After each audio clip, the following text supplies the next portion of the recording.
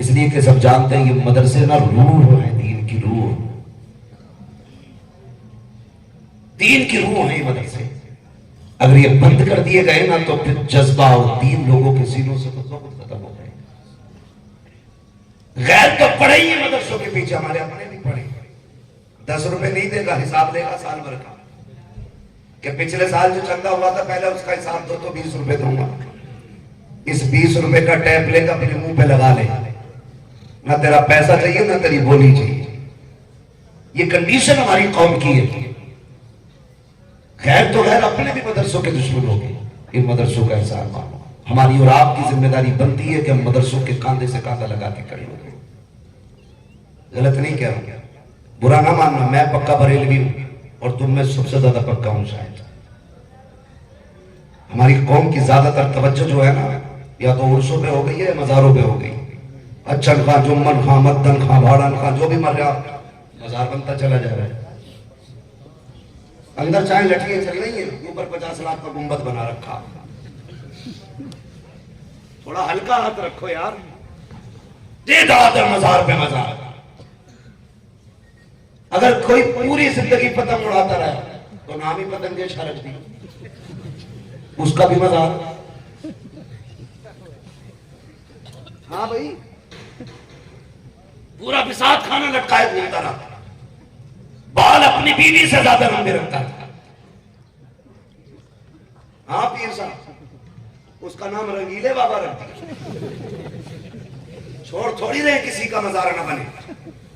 یہی کنڈیشن رہی نا، ہر گلی ہر چوک میں گنبد نظر آیا. اور لوگ پھر مسجدوں میں کم مزاروں پہ زیادہ ملیں گے.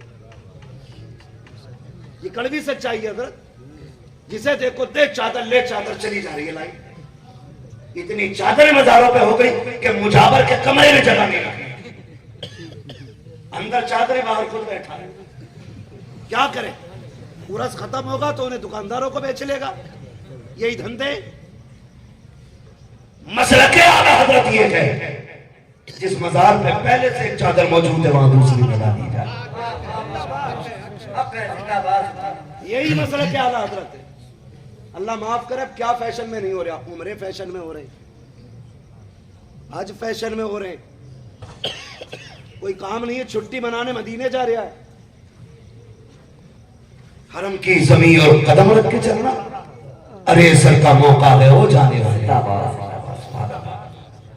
ہر چیز میں دکھاوا. حضور تمنا ہے میری، بس آپ میری طرف سے عمرے کو چلے جائیں. میں منہ دیکھتا ہوں کئی بار.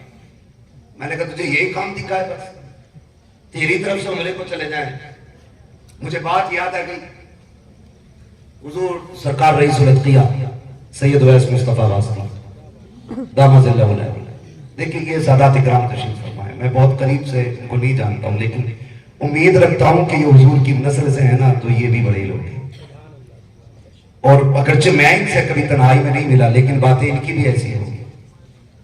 میں جن لوگوں کو جانتا ہوں ان کے حوالے سے بات کروں، کیونکہ میری عادت نہیں ہے خالی اخبار پڑھنے کی. اور نہ مجھ سے یہ کہا جاتا کہ یہ جو حضرت بیٹھے نا یہ حل سے نکلے یا پیڑ سے اترے. نہیں جی، جتنا دیکھیں گے اتنا ہی بولیں گے. یہ الگ بات ہے، خاموش کھڑے رہتے ہیں. پھر بھی جو لوگ بڑے ہیں وہ بڑے رہتے ہیں. ایسے اسلاف سے ملتا ہے ہمارا شجرہ جن کے قدموں میں کئی تاج پڑے رہتے ہیں.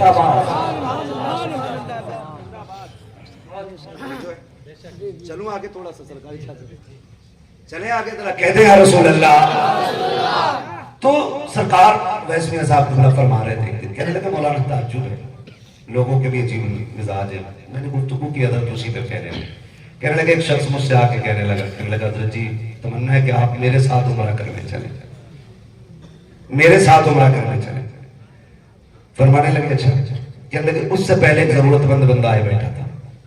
وہ اس لیے آیا تھا کہ اس کا مکان کسی امیر کی زمین پہ بنا ہوا تھا، چھپر. اور اس زمیندار نے یہ کہا تھا بھئی یہ چھپر ہٹا لو، مجھے اپنا مکان بنانا ہے. وہ اتنا غریب تھا، اس نے کہا حضرت جی اگر ہم یہاں سے چلے جائیں گے تو پھر ہمیں کہاں جگہ ملے گی. وہ آپ کا مرید ہے جو زمین سے ہٹانے کی بات کر رہا. آپ کہہ دیں تو کچھ دن رہنے دے گا. سنیں بہت غور سے. شان یا وہ بتانا مقصود نہیں ہے، اس لیے کہ اللہ جنہیں عزت عطا فرماتا ان کی گھٹتی کسی سے نہیں ہے، اور جن کی رب گھٹاتا ان کی بڑھتی کسی سے نہیں ہے. سیدھی سی بات ہے، یہ قرآن کا ہے. تو وہ فرمانے لگے کہ وہ کہنے لگا حضرت جی آپ کہتے ہو؟ کہنے لگے میں نے اپنے اس مرید کو بلایا، میں نے کبھی رہنے دے کچھ دن ان کا مکان، غریب لوگ ہیں اور یہ 100 روپے بھی تمہیں کرائے کے دیتے، کہتے 25-26 سال پرانی بات ہوگی۔ تو وہ کہنے لگے حضرت ہم تو جانتے ہیں غریب ہے تو ہم کبھی کبھی معاف بھی کر دیتے ہیں ان کے مہینے کا خرچ۔ کہنے لگے مجبوری یہ ہے کہ بچے کی شادی کرنی ہے، مکان ہے نہیں، جگہ تنگ پڑ رہی ہے، اس لیے ہمیں اور مکان بنانا۔ کہنے لگے اتنے میں وہ عمرے والے لوگ آ گئے، کہا ہم آپ کو عمرہ کرانا چاہتے ہیں۔ کہنے لگے میں نے کہا یار چلو کوئی بات نہیں، عمرے میں کتنا خرچہ آ رہا ہے؟ انہوں نے کہا 35-36 ہزار۔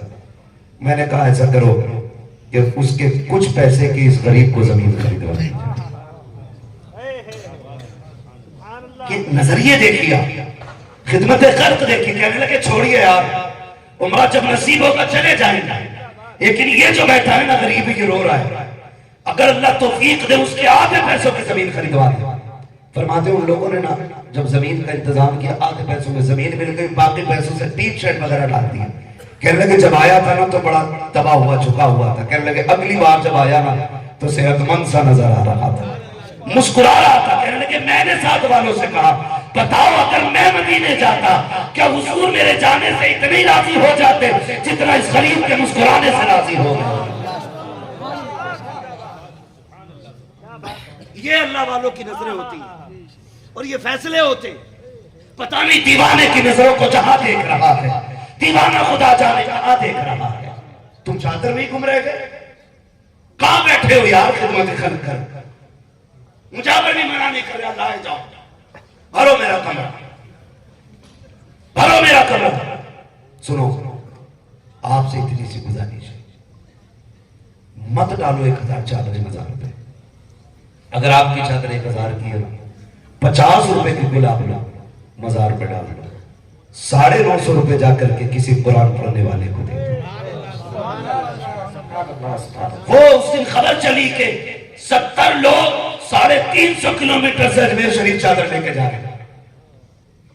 70 میٹر کی 70 گز کی چادر اجمیر شریف لے کے جا رہے ہیں۔ ہم نے سوچا یار جب اتنی عقیدت مند ہیں تو ولی ہوں گے، جب دیکھا تو نہ ایک کی داڑھی نہ ایک کا لباس اسلامی، تحقیق کری تو کہیں ایک جگہ رک کے ایک سجدہ تک نہیں کیا۔ اب بتاؤ اللہ کو ناراض کر کے اجمیر والا راضی ہوگا؟ بولو، بولتے کیوں نہیں؟ ولی اللہ کو ناراض کر کے ولی راضی ہو سکتا ہے؟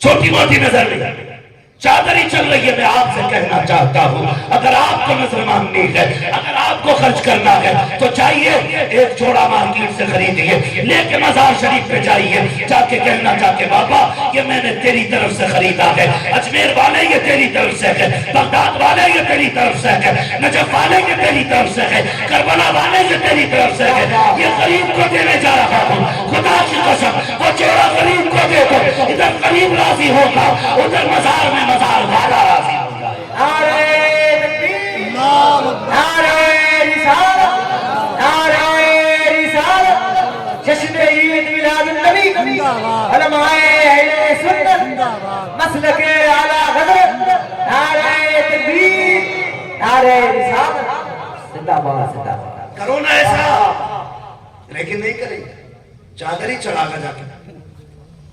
او بھائی چادر کے بدلے میں آپ سے یہ نہیں کہتا میں مزاروں کو نہیں مانتا، مزار ہماری پہچان ہے، سمجھ رہے ہیں؟ ولایت ہماری سچائی کی دلیل ہے، ولی ہماری ہی جماعت میں پیدا ہوتے ہیں۔ لیکن آپ سے اتنی سی گزارش ہے پیسہ صحیح جگہ خرچ کر، پیسہ صحیح جگہ خرچ کرو۔ ایک مزار شریف پہ گئے، اتنی بڑی گولک اور اتنی لگ بھگ اونچی ہوتی، وہ لکڑیوں سے ٹھوس رہے پیسے، اس میں لکڑیوں سے پیسہ اندر جا نہیں رہا۔ میں سوچنے لگا جہاں ضرورت نہیں ہے وہاں لکڑیوں سے ٹھوس رہے ہیں۔ مدرسوں کے مدرسین کی تنخواہیں 3-3 مہینے کی ادھار ہو جاتی ہیں، ہماری قوم کو غیرت کا پانی نہیں چڑھتا؟ شرم نہیں آتی ہماری قوم کو؟ شاید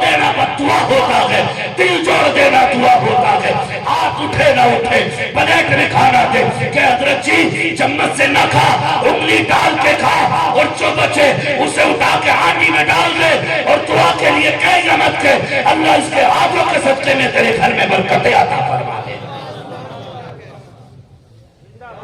ہمیں تو لینی نہیں آئی دعائیں۔ ہاں اماں کو بخشوا دو، ابا مرا 3 دن حافظ جی بچے بٹھا دیو، جائیداد کھائے تو بیٹھے ہم، کروڑوں کی جائیداد پہ تو بیٹھے گا اور 3 دن یہ بیٹھیں گے۔ پوچھ اپنے ابا سے آج کون بیٹھے گا تیری خبر میں؟ ہمیں تو کبھی مدرسے بھیجا ہی نہیں تھا، کہہ رہا تھا مولویوں سے دور رہی ہو، اب پتا تو بیٹھانے پڑ رہے ہیں، تو کدھر بھاگے گا نکل کے؟ نہیں اپنے پیچھے قرآن والے چھوڑ کے جاؤ، اپنے پیچھے خدمت کرو دین والوں کی، قرآن والوں کی خدمت کرو۔ جس کے گھر میں برکت نہ ہونا، اس ادارے سے ایک طالب علم لے جانا، گارنٹی کے ساتھ کہہ رہا ہوں، 1 مہینہ کھانا کھلا کے دیکھو، اللہ ایک کے صدقے میں تیرے 7 کے رزق کا انتظام فرما۔ 7 کے حصے کا چندہ ہونے لگا بھی 11 روپے نکالے گا، لو 11ویں کی نسبت سے یہی رکھ لو، مر گیا تو 11 روپے جیب میں تو 1100 بھی پڑے تھے بھائی، گنتی بڑی یاد رہ جاتی ہے۔ کہہ رہا یار مہینے 11ویں کر رہا ہوں برکت نہیں ہو رہی، وہ اس بات میں دیکھ رہے ہیں کہ گڈیوں میں اندر تالے لگائے رکھا، 11 روپے کی نیاز بٹ رہے آئی ہے۔ انہیں سب پتا ہے، دل کے حال جانتے ہیں، دل کے حال جانتے ہیں۔ آپ دل سے خدمت کرو قرآن والوں کی، پھر دیکھو اللہ کتنی برکت عطا فرما۔ موت بڑی آسان ہو جاتی ہے، بڑی آسان موت ہو جاتی ہے، حالانکہ روح نکلنا سب کے لیے مشکل ہے، لیکن جب اچھے لوگوں کی روح نکلتی ہے نا، فرشتے کافوری ہاتھ لگاتے ہیں آگے نا، تو جو درد ہوتا ہے نا کم ہو جاتا ہے۔ اچھا بندہ جاتا ہے، پھر کہتے ہیں وہ دیکھ نہ تڑپ مت، وہ دیکھ جنت میں تیرے محل تیار کھڑے ہیں۔ کیوں؟ نیت اچھی ہونی چاہیے، خدمت کریں، مدرسے پہ خرچ کیا کرو، خاص کر نوجوانوں سے گزارش ہے، بڑے بوڑھے تو لکوے پیڑ ہیں، یہ مان جائے تو بڑی اچھی بات ہے، نا امیدی نہیں کرتا ہوں میں، لیکن امید کا مسئلہ یہ ہے کہ بہرحال چانسز ان کے کم رہتے ہیں سدھرنے کے۔ ہاں چانسز کم ہے، اس لیے میں نوجوانوں سے زیادہ بات کرتا ہوں۔ نوجوانوں تم میں اکثر باہر رہتے ہوگے، پردیس رہتے ہوگے، کھاتے کماتے ہوگے، اللہ توفیق دینا تو اپنی کمائی کا مہینے بھر کا حساب لگانا، پھر اس میں سے کچھ حصہ جوڑ کر کے نا 5%، 2%، 3% یہ لازم کر لینا کہ جب اپنے گاؤں جائیں گے اپنے مدرسے میں جا کے یہ پیسہ دینا ہے۔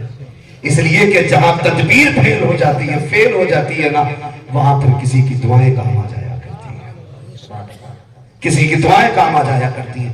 ہماری اور آپ کی ذمہ داری ہے ہم مدرسوں کے ساتھ مضبوطی سے کھڑے، قرآن والوں سے پیار کریں، دین والوں سے پیار کریں، اور آخرت کے لیے تیاریاں کر لیں، ورنہ موت تو سبھی کو آنی ہے۔ لہد میں عشق رخ شہ کا داغ لے کے چلے، اندھیری رات سنی تھی چراغ لے کے چلے، تیرے غلاموں کا نقش قدم ہے راہ خدا، وہ کیا بھٹک سکے جو یہ سراغ لے کے چلے۔ جنہوں نے ان بچوں کی خدمت کی ہے، خدا کی قسم بڑا ذخیرہ اکٹھا کیا ہے انہوں نے، جن کے پیسے سے ان بچوں کی مطبخ کا کینٹین کا خرچ چلا ہے یا اساتذہ کی تنخواہ گئی ہے، بڑے مضبوط ہو گئے وہ لوگ۔ قیامت کے دن جب یہ جنت کی لائن میں کھڑے ہوں گے نا، تو تمہیں چھوڑ کے نہیں جائیں گے، ہاتھ پکڑ کے تمہیں بھی جنت میں انشاءاللہ لے کے جائیں گے۔ آپ سب کی ذمہ داری بنتی ہے کہ اس ادارے کی خدمت کریں، مدرسے والوں سے پیار کریں، قرآن والوں سے محبت کریں، اور اپنے اس ادارے کے ساتھ وفا کریں۔ اللہ تعالیٰ اس ادارے کو دن دنیا رات چوک میں ترقی عطا فرمائے۔ فرمایا کہ قل هل يستوي الذين يعلمون والذين لا يعلمون، محبوب فرما دیجئے کہ جاننے والے اور نہ جاننے والے برابر نہیں ہو سکتے، یہ برابر نہیں ہے، یہ جماعت برابر نہیں ہے، یہ جماعت برابر نہیں ہے۔ اللہ تعالیٰ ہمارے اس ادارے کو دن دنیا رات چوک میں ترقی عطا فرمائے، بس جو ہوئے غلط ان کو معاف فرمائے رب کائنات۔ زندگی نے دیا ساتھ، پھر ہوگی ملاقات، چمندا پھول کھلیں گے، زندگی رہی، پھر ملیں گے، مسافر ہم بھی، مسافر ہو تم بھی، کسی موڑ پر پھر ملاقات ہوگی۔ سارے لوگ کلمہ شریف پڑھ لیجئے، لا الہ الا اللہ محمد رسول اللہ۔ میں نے جو باتیں کہی تھی کہ اپنا جو بھی خرچ کرنا ہے تعلیم پہ خرچ کریں، زائد خرچوں سے بچ کر کے اپنے بچوں کو پڑھائیں، مدرسوں کا ساتھ دیں، اور اپنے پیسے کو صحیح جگہ پہ لگائیں۔ اللہ تعالیٰ ہم سب کو ہماری گفتگو سے زیادہ عمل کی توفیق عطا فرمائے۔